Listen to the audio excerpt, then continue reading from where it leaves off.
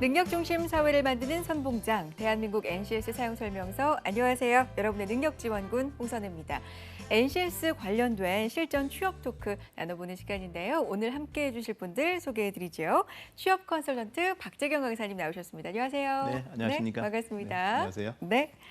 그리고 한국인재평가연구소 이승철 대표님 나오셨습니다. 안녕하십니까? 안녕하세요. 네, 반갑습니다. 네. 네. 그리고 옆에는요, 다수의 면접 경험이 있는 분이죠. 요즘도 고군분투하고 있다고 하는데요. 중앙대학교 임동현 학생 함께합니다. 안녕하세요. 안녕하세요. 네, 반갑습니다. 요즘 어떻게 지내요? 이제 대학교 거의 종강할 때 되지 않았나요? 네, 다음 주면 종강하고 이제 네. 졸업입니다. 졸업이에요? 네. 어때요, 소감이? 솔직히 마지막 학기를 다니면서 취업 준비하느라고 정신이 없어서 학교 마지막 학기라는 걸 좀 누릴 여유조차 없었던 것 같아요. 그쵸. 그게 조금 아쉬움이 남습니다. 맞아요. 이승철 대표님 오늘 처음 인사드리는데 네. 옆에 임동현 학생하고 대기실에서도 많은 얘기 나누시더라고요. 네. 옛날에 대학 졸업하실 때 좀 생각나고 그러지 않으세요? 저희 때랑 뭐 취업 환경이 틀리니까요. 네. 네. 그때는 어떠셨어요? 많이 좀 낭만을 즐기셨나요? 저는 그때 대학원을 바로 진학을 했기 그 때문에 공부를. 사실 마지막 학기를 좀 여유가 있었습니다. 그렇군요. 예, 전혀 반대. 예, 마지막 학기 한 중간고사 때 이제 합격이 돼가지고 나머지 뭐 대학원 입학할 때까지 굉장히 좀 즐거웠죠. 그러셨군요. 네. 임동현 학생은 여유도 없이 네. 마지막 학기를 즐기지도 못하고 지금 고군분투하고 있는데 오늘 많은 도움 주시고요. 네. 네. 강사님도 생각나시겠어요? 예전. 네. 저 그때는 저도 역시 그때 이제 취업 앞두고 열심히 동현 학생하고 비슷했던 것 같은데 지금하고 좀 달랐던 것 같아요. 그때는 그래도 누릴 건 누리면서 했던 것 같은데 요즘 그렇죠. 취준생들을 보면 정말 안타까움이 많이 맞아요. 있습니다.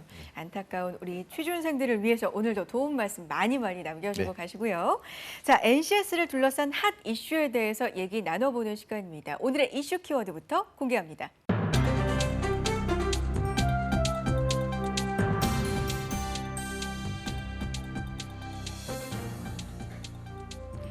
인천항만공사가 NCS를 기반으로 한 채용을 적용하고 있는 가운데 자기소개서 및 면접 질문이 대폭 달라졌다. 면접 전형은 직무 능력별 그룹 면접을 실시한다. 예를 들면 법학 전공자 그룹, 외국어 능통자 그룹 등 각 직무별 지원자를 그룹화해 면접을 보는 방식이다. 인천항만공사의 관계자는 면접 문항도 직무 능력에 대한 질문 등으로 바뀌었다며 예를 들어 항만공사가 하는 임대업을 어떻게 활용해야 하는가 등 업무에 대한 이해도를 보는 질문이 적용됐다고 말했다.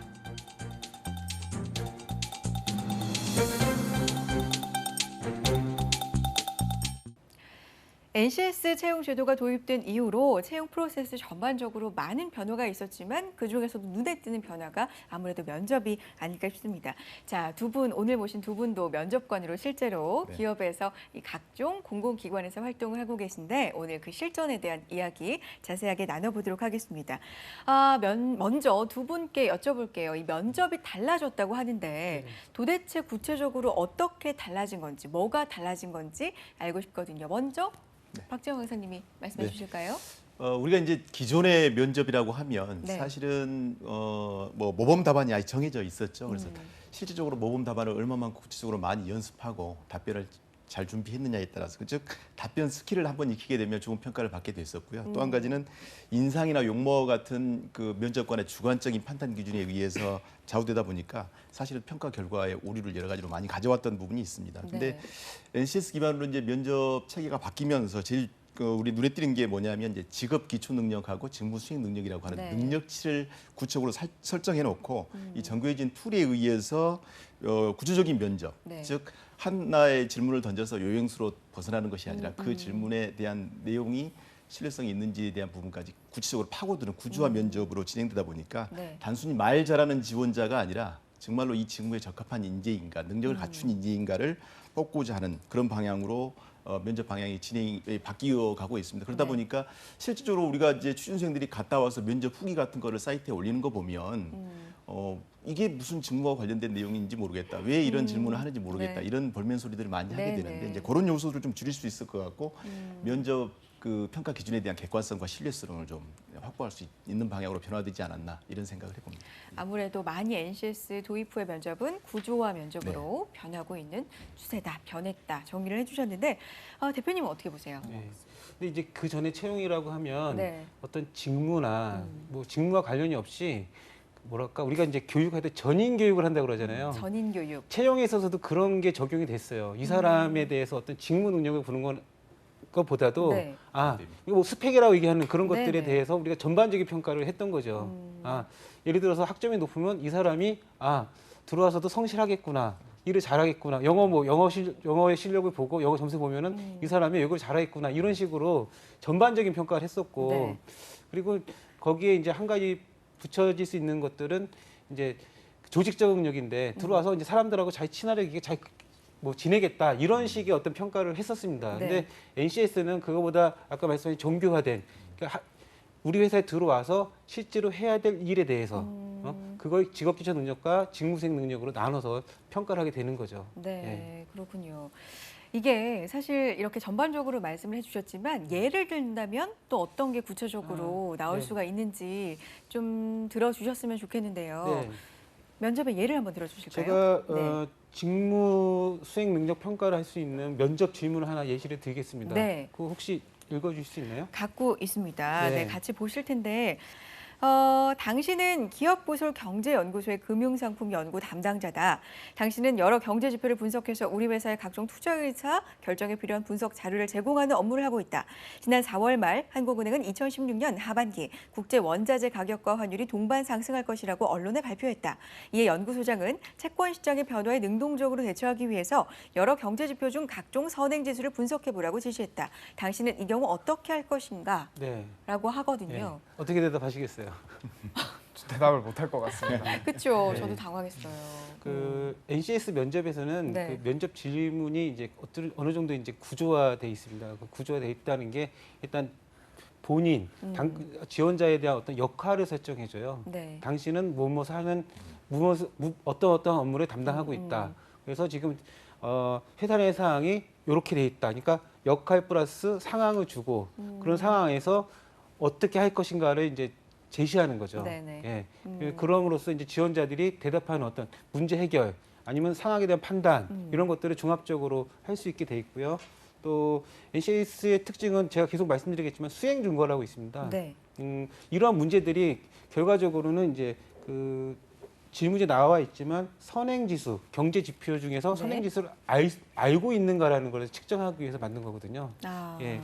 그래서 그 경제 지표 중에 선행지수를 알고 있는가라는 어떤 수행 증거를 바탕으로 그 지원자에게 어떤 그 지원자의 업무, 그다음에 상황 이런 것들을 줘서 어떻게 해결할 것인지를 갖다 그 평가하게끔 돼 있습니다. 네. 그러니까 여기서는 봐야 될 게 각종 선행 지수를 알고 있는가. 예. 이걸 사실은 메인으로 좀 알아보기 위해서 예. 이렇게 긴 질문을 주는군요. 그전 같은 경우는 경제 선행지수가 뭐가 있지?라는 그렇죠. 질문을 할 텐데 이제 면접 방식이 바뀌었다는 것들이 네. 이제 이런 식으로 이제 질문 방식이 바뀌었다는 거죠. 그 차이가 뭔가요? 선행 지수가 뭐가 있나라는 질문과 예. 이렇게 상황을 굉장히 장황하게 주고 그렇죠. 예. 물어보는 것과 어떤 차이가 있나요? 경제 지표 중에 선행지수가 뭐가 있는가는 지식을 묻는 거 있지 않습니까? 네네. 근데 이런 질문 같은 경우는 어떠한 상황에서 이 사람이 문제를 잘 인식하고 있는지, 네. 예. 그런 상황에서 잘 본인이 판단해갖고 행동할 수 있는지를 갖다가 더 심층적으로 측정할 수 있습니다. 정보 수집 능력도 같이 묻는 그런 질문인 것 같아요. 정보 수집 예를 들어 능력이요? 선행 지수에 관련된 데이터를 어디에서 어떻게 네. 끌어와서 볼 수 있을 네. 건가 그것도 같이 보고 있는 그렇죠. 것 같습니다. 그렇죠? 예. 그렇군요. 네.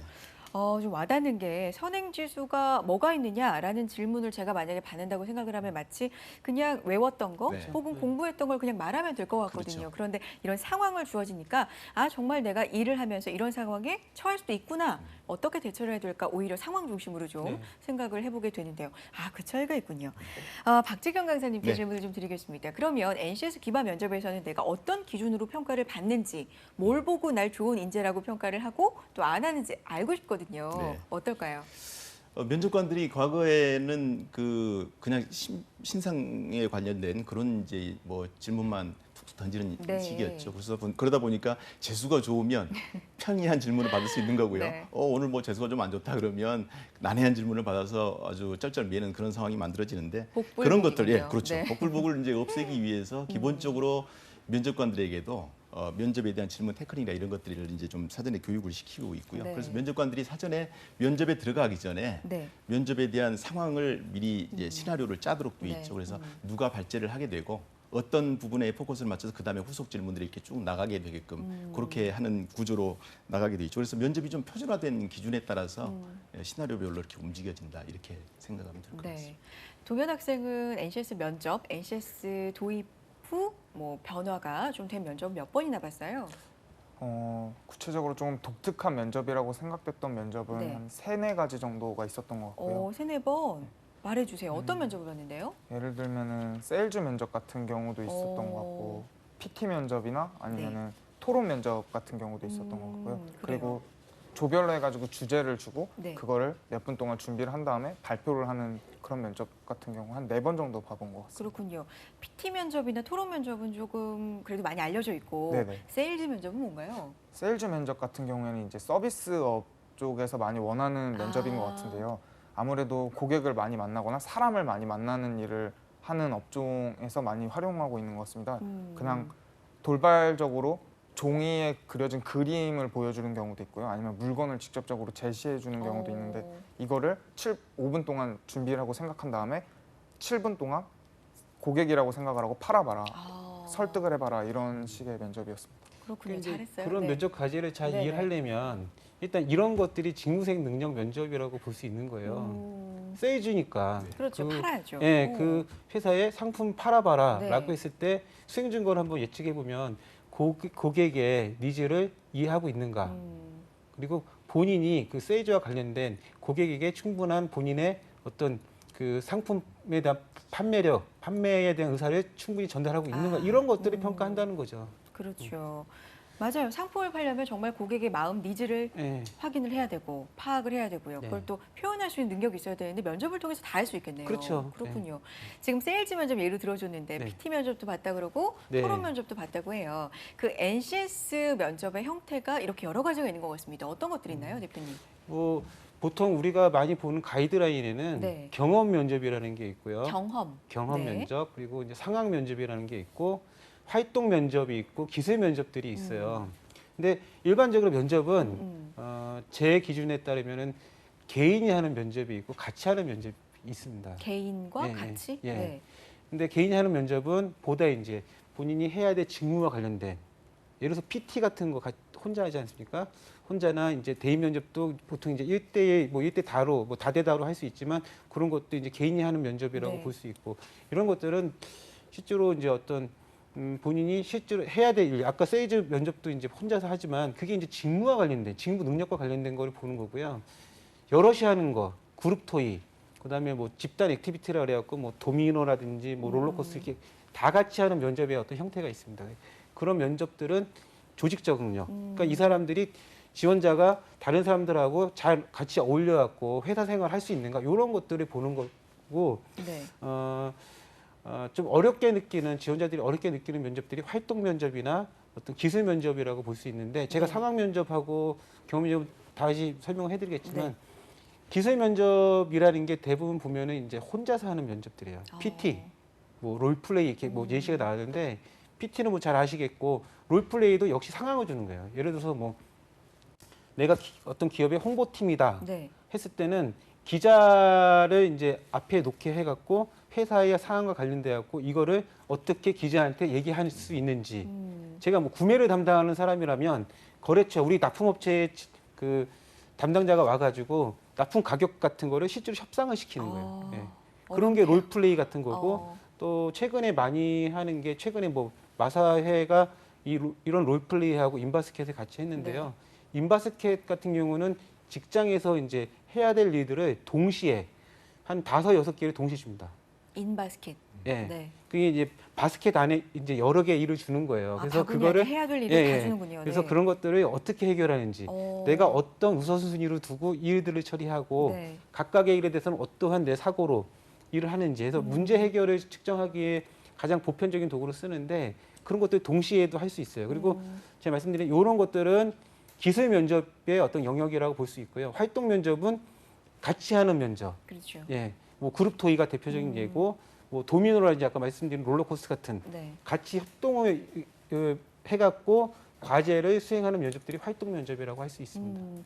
정리하면은 기술 면접, 활동 면접 네. 좀 어렵다고 네. 말씀을 해주셨고 경험 면접, 상황 면접이 있는데 이 중에서 동현 학생은 경험을 뭐 해보는 것도 있고 네. 아닌 것도 있을 것 같아요. 설명을 다 들었잖아요. 네네. 어떤 게 좀 두려우세요? 아, 제일 어려울 것 같다. 저는 제가 면접을 하면서 받았던 질문이 이게 기술 면접인지 활동 면접인지 모르고 받았던 경우가 많았는데 뭔데요? 지금 생각하니까 그런 게 기술 면접이었구나 싶기도 아, 한 예를 것 같아요. 들면?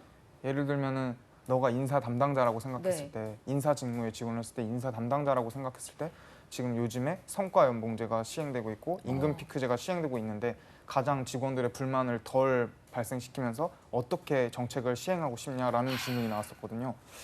그리고 뭐 저는 그때 대답을 조금 잘 못한 것 같다고 생각을 하는데 뭐 그런 게 기술 면접이었구나 싶습니다. 지금. 그건 상황 면접. 아 상황 상황 면접인가 싶습니다. 세일즈 면접이 기술 면접이라고 볼 수가 있어요. 그렇군요. 네, 세일즈 면접이 기술 면접이고 지금은 어떤 상황을 준 거잖아요. 직무 상황을 준 거고 사실 상황 면접이 구조화 면접의 대표적인 아까 우리 선생님이 얘기하셨지만 표준화했다는 게 어떤 그 지원자가 들어와서 나갈 때까지 모든 지원자들한테 동일한 시간에 동일한 질문을 하는 방식이 어떤 경험 면접으로는 그걸 진행하기 힘들거든요.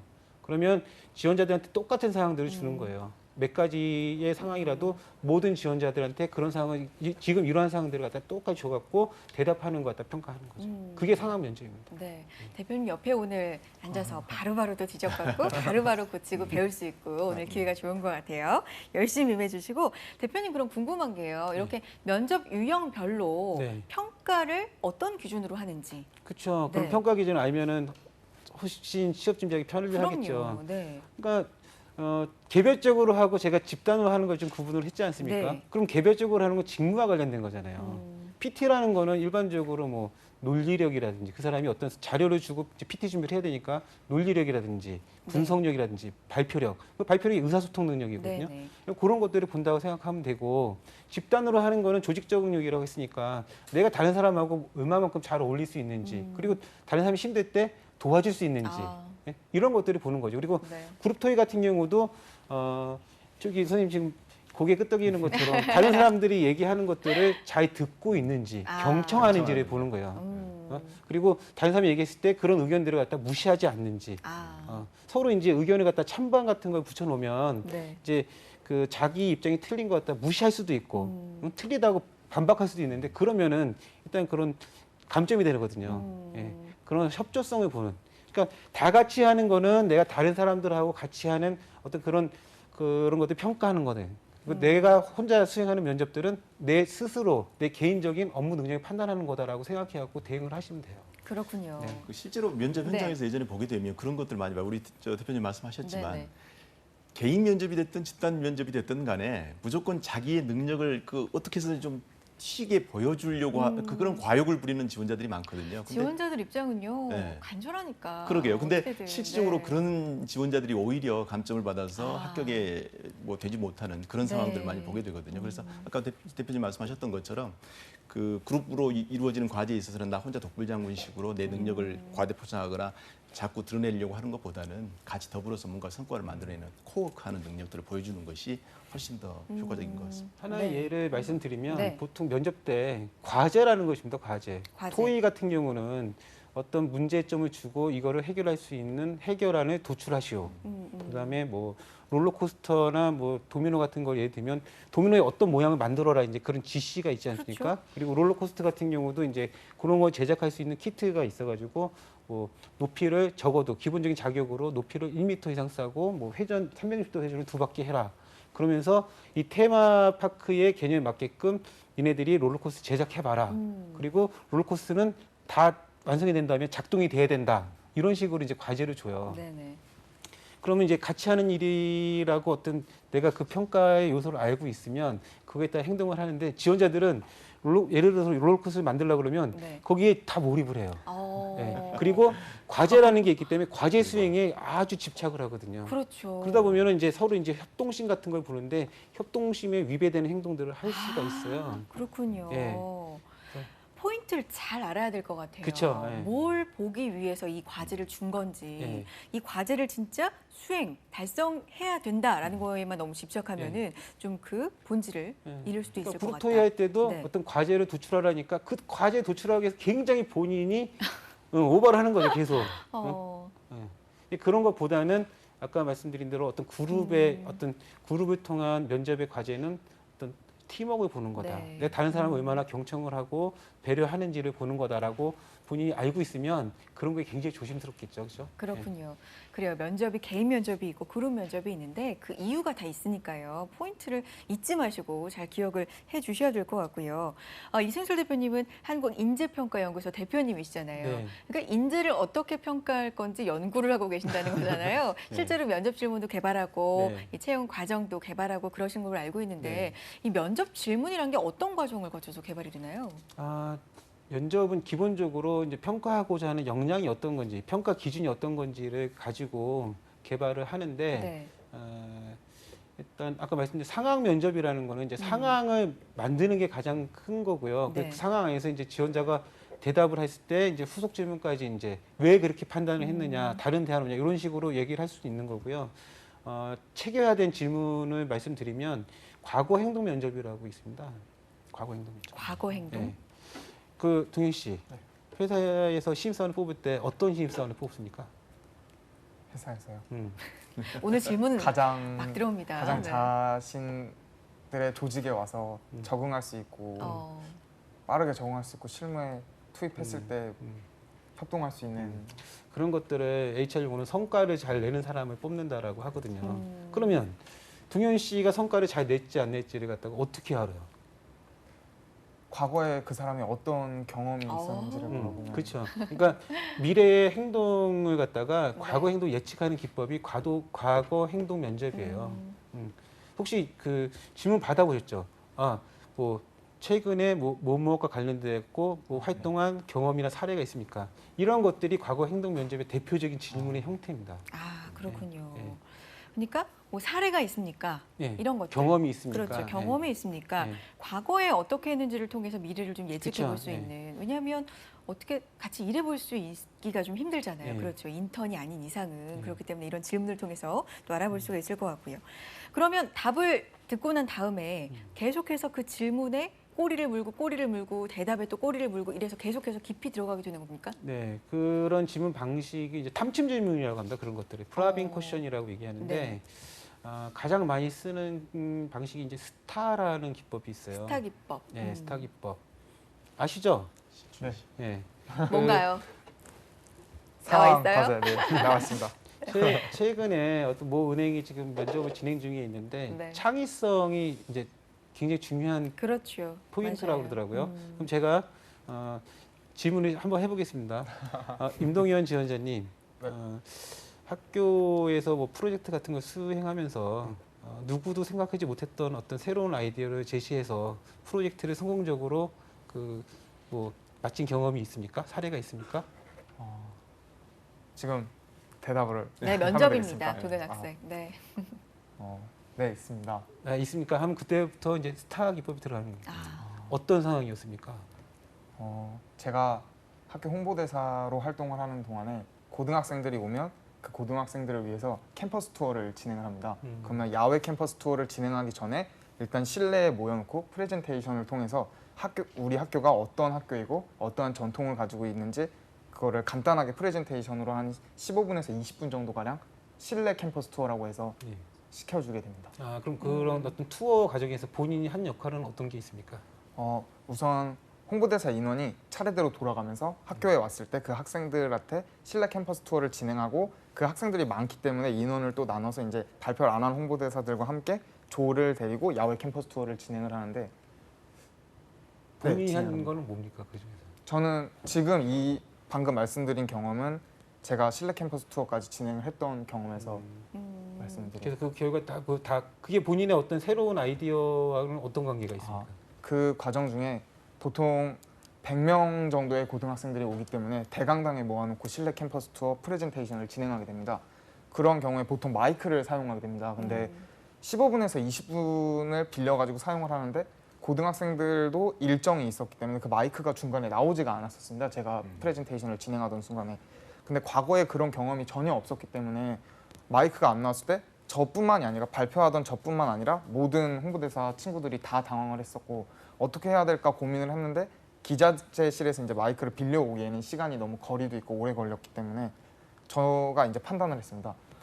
PPT 프레젠테이션을 발표를 하는 거기 때문에 그 프레젠테이션에 학생들을 집중을 시킬 수 있으면 되고 제가 그리고 생각보다 목소리가 조금 큽니다. 그래서 학생들을 어떻게 하면은 제 목소리에 집중을 시키면서 프레젠테이션을 끝까지 마무리할 수 있을까 생각을 해서 제가 선택한 차선책은 가운데에서 말을 하다 보면 소리가 울려서 모든 학생들이 들을 수 있을 거라고 생각을 했습니다. 그래서 뒤도 아니고 앞도 아니고 학생들 가운데에 서서 프레젠테이션을 제가 화면을 보면서 진행을 하였습니다. 그래서 그런 결과가 오히려 역효과로 학생들이 오히려 더 좋은 효과로 학생들이 더 집중을 하고 더 프레젠테이션에 집중할 수 있는 효과를 가지고 와서 그 이후에는 따로 마이크를 빌리지 않고 프레젠테이션을 진행한 적도 있었습니다. 네.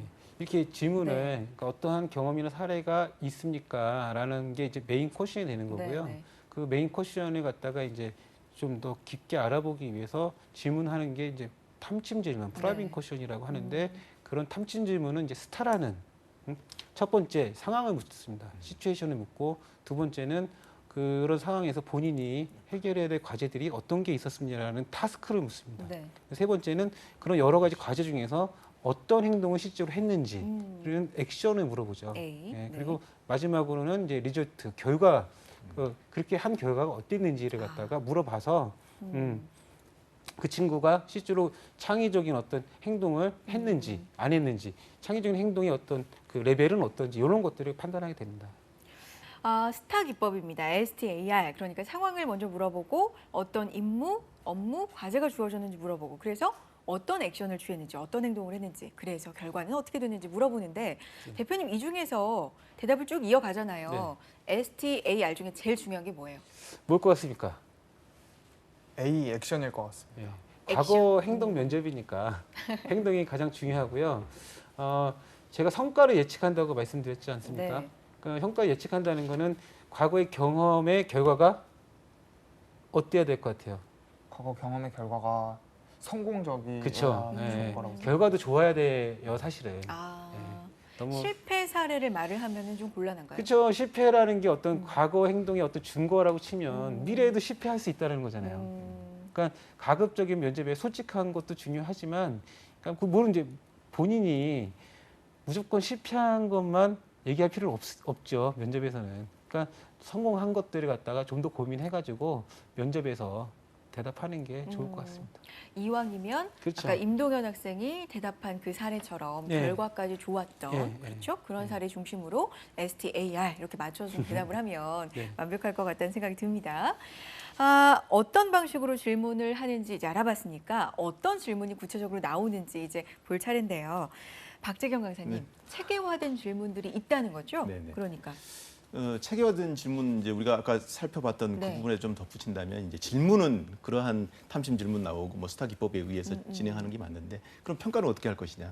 그럼 답변했던 거에 대해서 어떻게 이거에 아주 적합하다고 높은 점수를 받고 그렇지 않으면 뭐 점수를 낮은 점수를 받을 거냐? 이 평가에 대한 기준도 사실은 좀 중요하거든요. 그래서 그렇죠. 각각의 상황별로 하나씩 보면서 몇 가지 좀 말씀을 좀 좋습니다. 드리도록 하겠습니다. 자, 첫 번째 한번 보죠. 상황 면접이네요. 요거는 이제 그 만에 하나 기관에 그 취업을 하고자 하는 취준생이라 그러면 그 기관에 대한 이해도가 어느 정도인가를 알아볼 수 있는 그런 질문이 되겠죠. 당신이 우리 공단의 대변인이라면 우리 공단의 비전을 어떻게 설명하겠습니까? 즉 내가 취업하고자 하는 공단 목표 그 기관에 대한 이해도를 충분히 갖고 있어야 있다는 얘기고요. 단순히 그냥 그 기관이 홈페이지에 띄워놓고 있는 내용을 머릿속에 암기하고 있는 것을 그냥 리바이벌하는 수준이 아니라 본인 나름대로 체화시킨 재해석한 그런 부분들을 설명할 수 있다면 훨씬 좋은 평가를 받을 수 있겠죠.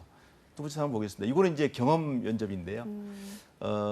조직의 이해도 그 관련된 부분인데 학교와 마찬가지로 조직에도 규칙이 있고 규범이 있고 사교가 있지 않습니까? 그렇죠. 그런 거에 대한 규범을 어떻게 생각을 하고 뭐 이제 준수할 것이냐 이런 것들을 물어보는 부분이죠. 학교 규칙이나 제도 중에서 혹시 불합리하다고 생각해 본 적이 있는가 이런 것들을 물어보고 만약에 있을 수 있겠죠. 네. 전혀 없다고 볼 수 없겠죠. 그렇다 그러면 그거를 어떤 식으로 해결하려고 노력했는가. 그런데 보면요, 강사님 여기서 재밌는 게 네. 첫 번째 질문이 학교 규칙이나 제도 중에서 불합리하다고 느껴본 적이 있습니까잖아요. 네. 근데 있다고 대답을 해야 그 다음 질문들이 사실은 이어질 것 그렇죠. 같아요. 네. 없다고 하면 거기서 그냥 끝 아닌가요? 그럼 이제 그거는 그렇게 생각해 볼 수 있을 것 같아요. 저는 한 번도 학교 규칙에 대해서 뭐 부당하다, 불합리하다고 느껴본 적이 없습니다. 그러면 두 가지 중에 하나겠죠. 네. 학교 규칙이나 이런 거에 아예 관심이 없는 학생이었을 수도 있는 거고 그렇지 않다면 면밀하게 생각하기 싫다. 이렇게 생각했을 수도 있을 것 같아요. 없을 수는 없거든요. 이를테면 특히 자라나는 학생들이 뭐 고등학생 같으면 네. 두발이나 이런 복장이나 이런 부분들 자유를 억압하는 부분에 대해서 대단히 좀 그 반감을 가지고 있을 거고요. 네. 대학생들 중에서도 학교에서 여러 가지 운영되고 있는 그 학칙이나 이런 것들에 대해서 불만 가진 사람들이 있을 거거든요. 근데 만약에 이제 그런 것들을 발견했을 때 어떻게 행동을 했고 어떤 식으로 좀 아주 벗어나지 않으면서도 해결하려고 노력했는가를 이제 이렇게 두 번째, 세 번째 쪽으로 들어가서 이렇게 보려고 하는 그런 내용들이 되겠죠. 그러면 네. 이런 상황 면접도 받고 경험 면접도 받는데 네. 이런 것들을 질문 던지시고 대답을 들으시면서 어떤 기준으로 채점을 하시는 채점표도 또 있지 않습니까? 네, 한번 보도록 하죠. 네, 그렇죠. 아까 이제 첫 번째 공단 그 대변인의 입장에서 네네네. 하는 거라고 본다면 아까 말씀드렸던 것처럼 아무 대답도 못하면 이제 1점 되거나 아니면 점수가 안 나가겠지만 제시된 공단의 비전을 그대로 반복하여 말하는 정도. 아까 제가 말씀드렸죠. 홈페이지 같은데. 그냥 홈페이지에 나와 있는 내용을 그대로 암기해서 리바이브를 하는 정도인 경우에는 2점. 높은 점수를 못 받죠. 2점 정도가 될 텐데 그것도 저는 공부를 많이 했다고 생각했는데 네. 굉장히 근데 낮은 점수네요. 거의 대부분 요즘 이제 기관을 취업하고자 하는 학생들이 모여서 스터디하게 되면 기본적인 그 기관에 대한 정보들을 띄워놓고 보거든요. 거기에 꼭 빠지지 않는 것이 홈페이지에 놓여져 있는 회사의 그 기관의 비전이나 이런 것들은 반드시 보게 되어 있습니다. 기본 중에 예, 기본 중 기본이니까. 기본입니다. 네. 그래서 거기다 이제 맨 마지막 가장 높은 점수를 받을 수 있는 게 뭐냐면 네. 정확하게 알고 있을 뿐만 아니라 그 비전 달성을 위해서 나는 어떤 식으로 할 수 있을 건가 뭐 이런 것까지도 생각해 낼 수 있다면 논리적으로 성명을 낼 수 있다면 좀 더 높은 점수를 받을 수가 있겠죠. 이와 마찬가지로 단순히 과거에는 이제 설명을 했느냐 못했느냐 얼마만큼 유창하게 설명했느냐 갖고 판단을 네. 했지만 지금은 이제 저런 단계를 두어서 합리적으로 객관적으로 평가를 하려고 많이 하고 있죠. 그다음 경험 면접의 채점 기준 아까 두 번째 봤던 네네. 학교의 규칙이 뭐 부당한 것이 네네. 있느냐 없느냐 이 문제 있는 건데요. 역시 아무 대답도 못하거나 질문 의도에 맞는 대답을 못하는 경우에는 낮은 점수를 받는 거고요. 그렇겠죠. 막연하게 학교나 자신이 속한 공동체의 규칙이나 규범을 지키는 것이 중요하다. 그러니까 즉 문제 의식을 못 가져봤다. 이런 경우에는 2점. 오히려 그냥 굉장히 점수가. 막연한 얘기, 도덕책에 그렇죠. 나오는 네, 얘기들을 하면 2점. 네, 2점. 네. 근데 이제 높은 점수를 받는 게 뭐냐면 필요성에 대해서는 인식을 하게 돼 있고요. 혹시 내가 이거를 불이익하다고 생각하더라도 그걸 조직 발전을 위해서 어떻게 합리적으로 아주 뭐 다른 방법, 이상한 방법이 아니라 정해진 통로 내에서 그 채널 내에서 어떻게 개선하려고 노력했는가 이런 것들을 보여주게 되면 그렇군요. 높은 점수를 받을 수 있겠죠. 문서 작성할 때 연역적으로 작성하는 것과 비능합적으로 작성하는 것이 어떤 차이가 있느냐. 연역적인 것과 우리 동현 학생 한번 볼까요? 이거 어떤 차이가 있을까요? 말문이 막히죠? 네. 좀 연역법과 비능합법을 상황을 이제 얘기하면 될 거예요. 우리가 이제 연역법은 일반적인 것에서 전문가시네요. 구체적인 것으로 그렇죠. 그렇죠. 예. 네. 먼저 결론부터 먼저 나오고 추론을 해가느냐 그렇지 그렇죠. 않으면 추론을 해서 결론을 도출해내느냐 뭐 이런 차이인 것이겠죠. 네. 네. 동료들과 함께 문서를 작성했던 경험 이건 뭘 물어보는 걸까요? 실질적으로 프로젝트성 그 작업을 하는 그런 경우 있지 않습니까? 혼자만의 능력. 아까 우리가 얘기했던 코워크하는 그런 능력들을 보기 위한 그런 것들 이겠고요. 예. 네. 예. 자, 그다음 보죠. 문제 해결 능력. 아이디어를 내서 어떤 문제를 개선했거나 해결한 사례가 있느냐. 이것도 역시 경험 면접에 해당되는 그런 질문이 되겠죠. 이게 아까 동현 학생이 해결했던 네. 그 대답 창의력도 평가. 그렇죠. 창의력도 평가가 되고 네. 구체적으로는 진짜 아주 딱 집어서 얘기한다면 문제 상황, 돌발 상황이 발생됐을 때 어떻게 대처할 수 있는가. 그렇죠. 문제 해결 능력에도 사실은 들이댈 수 있는 그런 맞아요. 문제였거든요. 네네. 동현 학생이 아주 대처를 잘 했던 것 같은데. 그래요. 맞습니다. 그랬던 것 같습니다. 자기 개발 능력도 있네요. 이제 아까 동현 학생이 그 질문했었죠. 그 답변을 했었는데 직장에 그 기관에서 뽑고자 하는 직원들이 어떤 유형일까 했더니 바로 우리 기관의 그 시스템에 적응을 잘하고 성과를 창출해 줄 수 있는 인재가 제대로 된 인재라고 얘기했었지 않습니까? 그와 마찬가지로 어떤 조직이 있는지 조직 적응력이 빠른 사람을 원하거든요. 기업에서 바로 현장에서 성과를 낼 수 있는 그런 사람. 그런 차원에서 본다면 본인이 이제 우리 기관에 직접 들어오지는 않았지만 과거에 사적인 그 단체에서 활동을 하면서 어떻게 거기에 적응을 했는가, 자기만의 독특한 방법이 있는가 이런 것들을 좀 보고자 하는 그런 문제들이 주어지는 겁니다. 아, 그렇군요. 굉장히 여러 가지 사례, 면접 질문들을 좀 살펴봤습니다. 그런데 질문을 알았지만 대답을 잘해야 높은 점수를 받는 거잖아요. 아까 그렇죠. 저희가 네. 채점표도 좀 봤지만요. 이게 모범적인 답변이라는 게 있나요, 대표님? 어떻습니까? NCS 면접은 두 가지의 능력을 평가하죠. 어떤 거죠? 기초 직업 기초 능력과 직무 직무수행 능력. 네, 그렇죠. 사실 그 직업 기초 능력과 관련된 질문은 대답에 정답이 없어요. 그거는 이제 여러 가지 이제 오픈된 형태로 본인이 해왔던 것들에 대한 경험이나 뭐 어떤 상황 판단상에서의 어떤 얘기를 해주면 되는 거고, 직무수행 능력은 아까 처음에 읽어주신 그런 것들은 어느 정도 답이 있다고 봐야 되죠. 왜 그러냐면 그 지원자에 대해서 평가하려는 수행 준거라는 게 있어요. 네. 그 퍼포먼스 크라이테리아를 수행 준 거. 이 지원자가 들어와서 어떤 업무, 어떤 직무를 잘 할 수 있는가. 예를 들어서 아까 그 면접 질문처럼 경제의 어떤 우리가 앞으로 한 6개월 뒤에 어떤 경제 상황을 예측하기 위해서 그런 것들, 어떤 경제의 어떤 선행 지표들을 잘 알고 있는가, 그리고 그걸 갖다가 어떤 정보 수집을 해갖고 분석할 수 있는가, 이런 걸 보기 때문에 지원자들한테 그런 걸 물으면 이건 어느 정도 답이 있는 거죠. 그리고 그래서 지원자 같은 경우는 그런 수행 준거를 알고 그 수행 준거에 따라 붙는 게 지기태, 이게 많이 얘기했던 지식, 기술, 태도, 네. 이런 것들에 대해서, 그러니까 수행 준거를 잘하기 위해서는 지식, 기술, 태도가 중요한 거예요.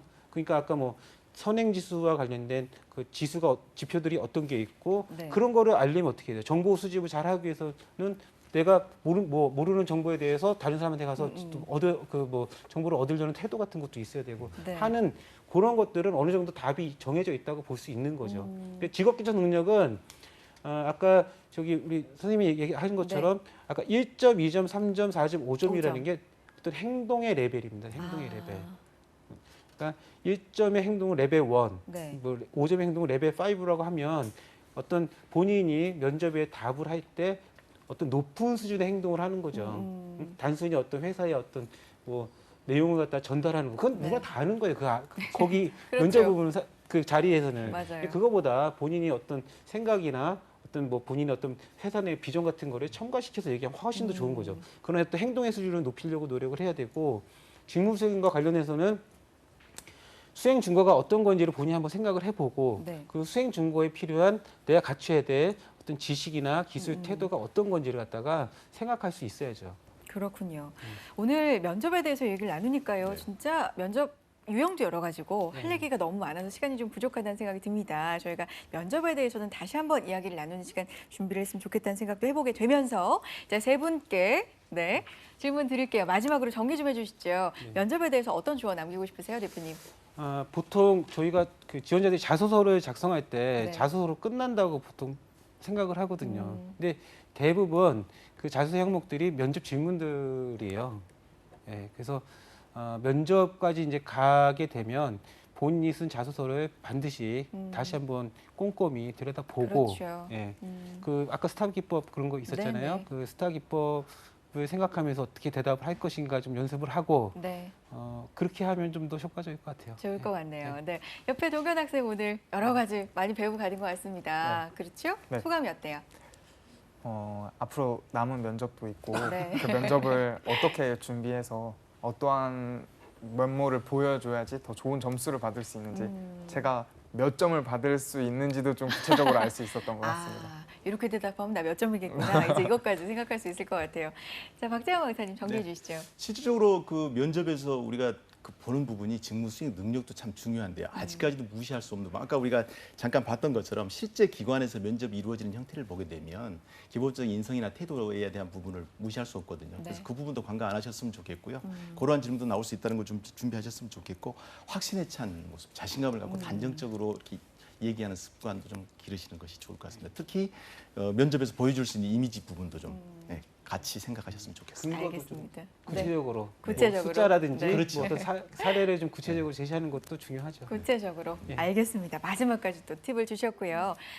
면접에 대해서 살펴봤습니다. 채용 프로세스 중에서 면접, 채용의 꽃이라고 불리는데 오늘은 특히나 NCS 면접에 대해서 자세하게 알아보는 시간이었습니다. 이승철 대표님, 박재경 강사님 그리고 임동현 학생과 함께했습니다. 세 분 고맙습니다. 예. 감사합니다. 네, 대한민국 NCS 사용 설명서, NCS 실전 취업 토크 함께 하셨습니다. 능력 중심 사회를 위해서 여러분과 함께 열심히 나아가겠습니다. 여러분 고맙습니다.